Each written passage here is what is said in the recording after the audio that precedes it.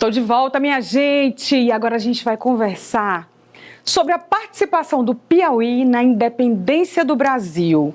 Olha, eu quero vocês prestando atenção em tudo que a gente conversar aqui, porque nós piauienses, a gente titubeia muito quando é assunto referente ao nosso Piauí.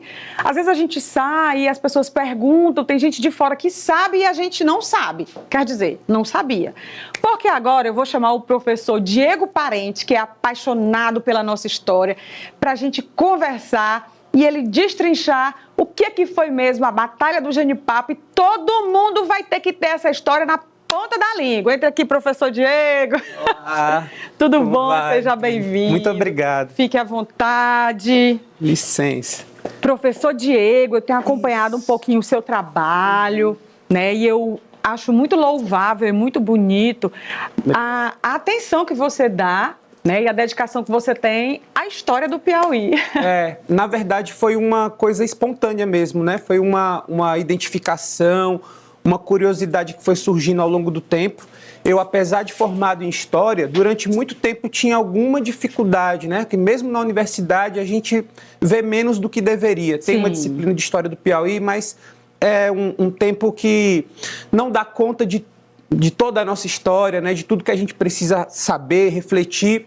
Então, nos últimos anos, eu senti essa curiosidade, essa identificação e comecei a estudar mesmo, a garimpar muitos livros, a estudar os grandes historiadores do nosso estado. Aqui no nosso estado tem grandes historiadores, pessoas que produzem, professores das nossas universidades que produzem, assim, coisas maravilhosas sobre a nossa história. E aí, nos últimos anos, eu peguei esse caminho aí da história do Piauí e estou muito satisfeito, assim, estou encarando mesmo como uma missão de vida, e não é sacrifício, assim, com muita satisfação, porque é uma história muito rica. Que bom encontrar um professor entusiasmado com a nossa história, com tanta coisa que aconteceu, porque às vezes eu sinto que o piauiense tem um pouco da síndrome do vira-lata, sabe? Aquele que acha que tudo que está fora é melhor do que o que está dentro. E a gente tem tanta riqueza aqui, e é bom a gente encontrar alguém que traga isso para a gente e que fortaleça a nossa autoestima, que fortaleça a nossa conexão com as nossas raízes. Parabéns, professor. Muito obrigado, muito obrigado. E hoje eu quis trazer você aqui porque dia 13, né, a gente comemora o aniversário da Batalha do Genipapo. Isso. E a batalha também é um episódio que aconteceu na nossa terra e que os piauienses sabem pouco sobre a batalha. Isso. Né? Eu já viajei para o litoral, todas as vezes que a gente viaja, a gente passa na frente do monumento da Batalha do Genipapo. Do memorial. E eu fico com tanta pena, porque o memorial poderia ser um lugar mais educativo, mais vivo, que apresentasse a batalha, que aquela batalha diz muito sobre a honra do piauiense. Sim. E ele está lá, abandonado. E dentro do carro, eu sempre pergunto para quem eu estou: você sabe como é que aconteceu a Batalha do Genipapo? E as pessoas têm uma vaga ideia. Então hoje nós vamos falar sobre a Batalha do Genipapo. Ela foi, primeiro, por que ela tem tão pouco espaço? A batalha tem muito pouco espaço nos livros didáticos do Brasil, né? É verdade. Eu acho assim que existe uma espécie de hierarquia muito arbitrária nos temas que a gente trabalha em sala de aula, principalmente nos que vêm nos livros didáticos, porque são materiais nacionais. Sim. E eles às vezes priorizam os estados que têm algum destaque, que têm maior poder econômico. Os mais ricos. Os mais ricos. E, às vezes, essas histórias interessantíssimas de algumas localidades ficam perdidas, ainda que tenham muita importância. Então, é uma hierarquia muito arbitrária mesmo de temáticas, né? Então, a gente se acostumou a ver a independência do Brasil, por exemplo, como uma independência meio negociada, meio pacífica, mas a gente não consegue perceber muitas vezes, por essa falta de profundidade nos livros didáticos e tal, essas disputas, essas lutas em alguns locais, porque aqui no Piauí, a independência do Brasil, a integração do Piauí a essa independência foi muito dura, foi violentíssima. Os piauienses tiveram de ir mesmo ao campo de batalha para conquistar essa independência, né? Então, ela foi uma independência com muitas variáveis, a depender das regiões do Brasil. E aqui no Piauí foi um dos locais onde essa independência foi mais difícil, mais violenta, que o nosso povo teve que lutar arduamente mesmo por ela. Certo. Como foi que tudo começou? Vamos contextualizar historicamente aquele momento. Certo. Né? Os brasileiros já não estavam mais conformados com Portugal sugando tudo que podia daqui. Contextualize para a gente, professor. Exatamente. Começou a haver um movimento de independência do Brasil que ocorre, inclusive, antes de 1822. A independência do Piauí, a independência do Brasil, oficialmente é 7 de setembro de 1822. Mas desde a vinda da família real portuguesa para o Brasil em 1808, o Brasil já estava ganhando alguma autonomia e uma maior independência em relação a Portugal. Porém, houve lá em Portugal o que nós chamamos de Revolução do Porto. Sim. E essas conquistas que a elite econômica que já vivia no Brasil conseguiu, foram retroagindo. Eles foram perdendo porque lá em Portugal havia um movimento de que o Brasil voltasse a essa condição de uma colônia totalmente subserviente. E foi nesse contexto que a elite econômica brasileira, descendente de Portugal, mas que já havia nascido aqui no Brasil, começa a planejar esse processo de independência para se tornar completamente livre e independente de Portugal. Então a gente tem, em 7 de setembro, essa oficialização. Dom Pedro I é convencido a declarar essa independência pela elite econômica brasileira e assim ele o faz. Só que Portugal queria manter algumas áreas do Brasil sob seu controle. Certo. Portugal sabia que não podia continuar dominando todo o Brasil, mas queria manter algumas áreas sob o seu domínio. E uma dessas áreas era o Piauí. Piauí, Maranhão e a região norte. O Piauí era uma região considerada muito estratégica, uma região de passagem entre o Nordeste e o Norte muito rico, com muitos recursos.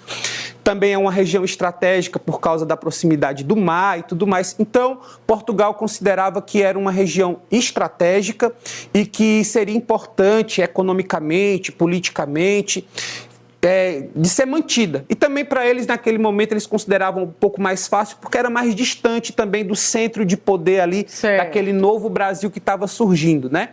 E aí houve essa necessidade de essas forças políticas locais, como aqui no Piauí, né, se organizarem para conseguirem essa independência também aqui no Piauí, no Maranhão, no norte do Brasil. Então, teve que haver esse movimento local para que essas regiões se integrassem ao processo de independência. Certo. E aí, nessa época, a capital do Piauí era em Oeiras. Oeiras, e, exatamente. naturalmente, começou por lá. Mais ou menos. Não começou exatamente por lá. A primeira declaração de independência do Piauí foi em Parnaíba. Em Parnaíba. Dia 19 de outubro. Inclusive, o dia do Piauí é dia 19 de outubro, em razão dessa primeira declaração de independência lá em Parnaíba, em 19 de outubro de 1822. Meses depois, a independência declarada por Dom Pedro I. E aí, as tropas portuguesas que tinham essa missão de manter o controle sobre o Piauí vão lá para Parnaíba para sufocar o movimento de independência lá, que teve a liderança do Simplício Dias, então, um personagem histórico muito conhecido lá, né?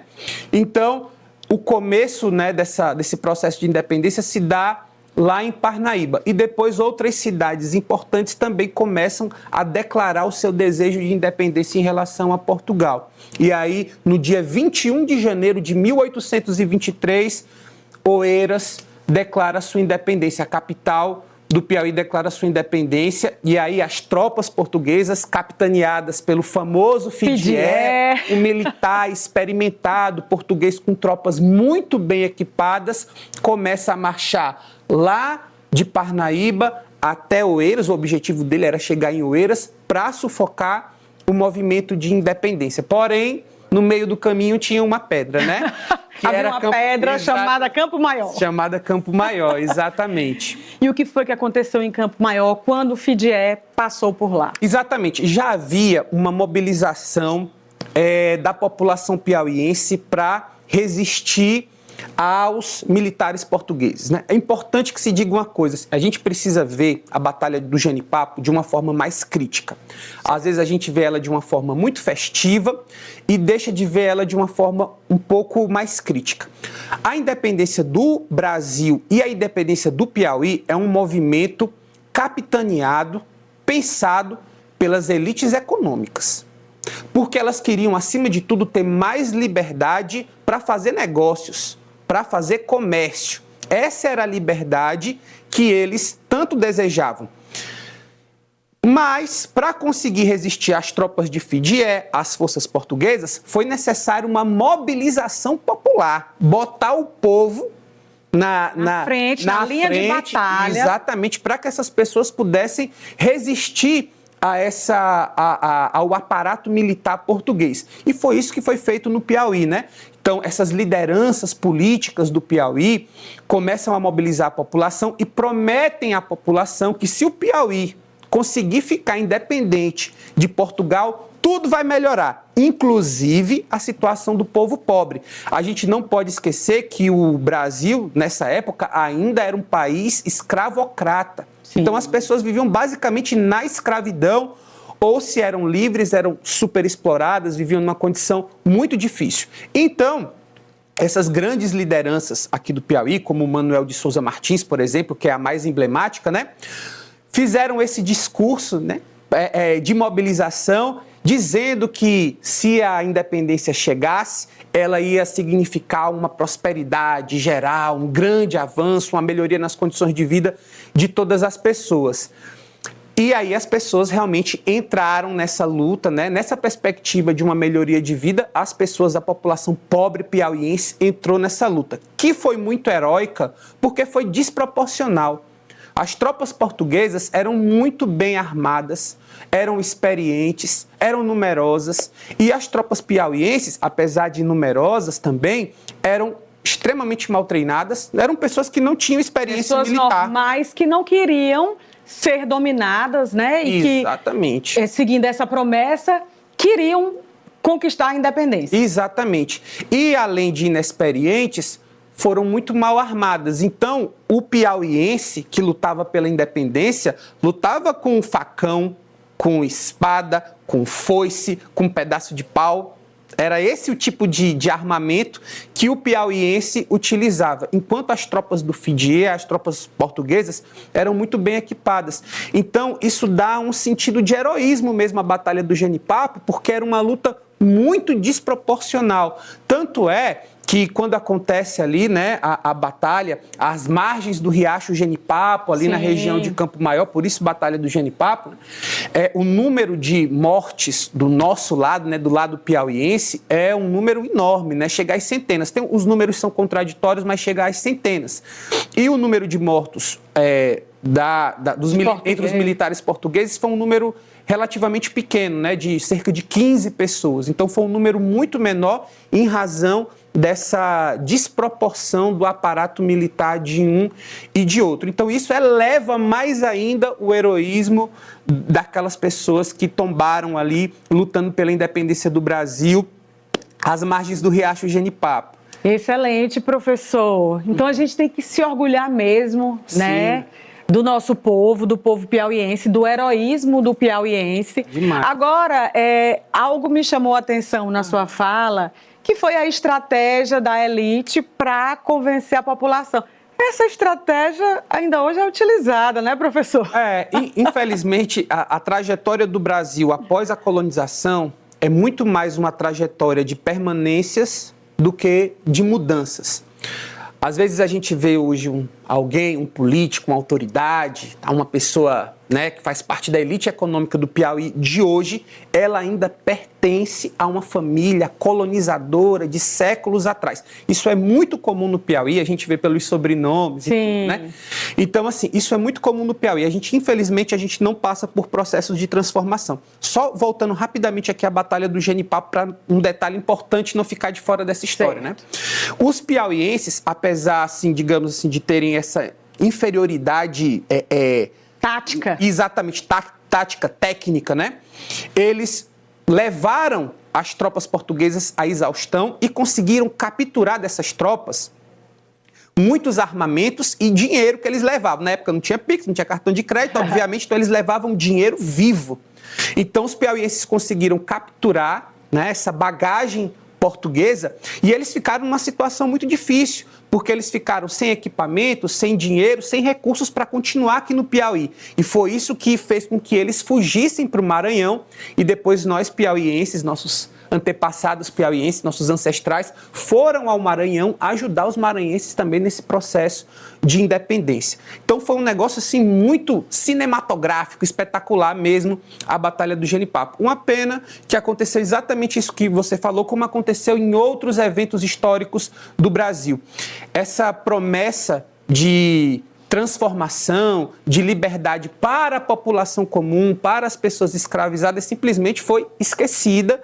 E, na verdade, quem colheu os frutos da Batalha do Genipapo e da independência do Piauí e do Brasil como um todo, foi mesmo a nossa elite econômica, que teve a sua liberdade de fazer negócios, de ganhar dinheiro, mas privou a nossa população da liberdade que ela tanto desejava, até porque o Brasil continuou sendo um país escravocrata por décadas e décadas ainda, mesmo após a independência. Então, a gente tem que ter esse olhar crítico, reverenciar a Batalha do Genipapo, reverenciar a coragem dos nossos ancestrais, né? O espírito grandioso que eles tiveram para enfrentar esse grande momento, para lutar pela independência do Brasil, mas a gente também tem que ter essa consciência crítica e perceber que, na verdade, a elite econômica se beneficiou muito mais disso do que a população em geral. Ah, professor, maravilhosa essa aula que o senhor deu para a gente, essas informações que o senhor trouxe sobre a nossa batalha, né? Lamentar aqui que o nosso povo, de maneira geral, tenha sido enganado, né, na batalha. E agradecer pela sua presença, tá aqui trazendo. O professor Diego, gente, para quem não sabe, ele oferece cursos de história piauiense, né, professor? Isso, cursos de história piauiense. Professor, deixa seu Instagram para quem quiser em casa, né? Certo. Seguir você e acessar os seus cursos. Pronto, pessoal, meu Instagram é Diego_Parente89. Diego_Parente89. E lá, pelas minhas redes sociais, eu ofereço esse curso rápido de história do Piauí para quem quer ter essas primeiras noções, né? Certo. Travar essas discussões. Então, fiquem à vontade para me procurar. Tá certo, professor. Muito obrigada. Agora, gente, eu preciso falar para vocês que a TV Cidade Verde, o canal 5.2, traz nesta semana uma animação cheia de aventura chamada Juba, o Defensor. O curta-metragem conta a história de uma esperta lagartixa de Lajedo que faz um relato sobre o Parque de Preservação Nacional em que vive e sobre seus sítios arqueológicos. Na animação, ela vai relatando as dificuldades de sobrevivência no Parque Nacional da Serra da Capivara e os desafios de viver no local. Anota aí, de 22 a 28 de março, às 5 da tarde e às 8 da noite, Juba, o Defensor, uma produção de João Mac Alves, na TV Cidade Verde, canal 5.2.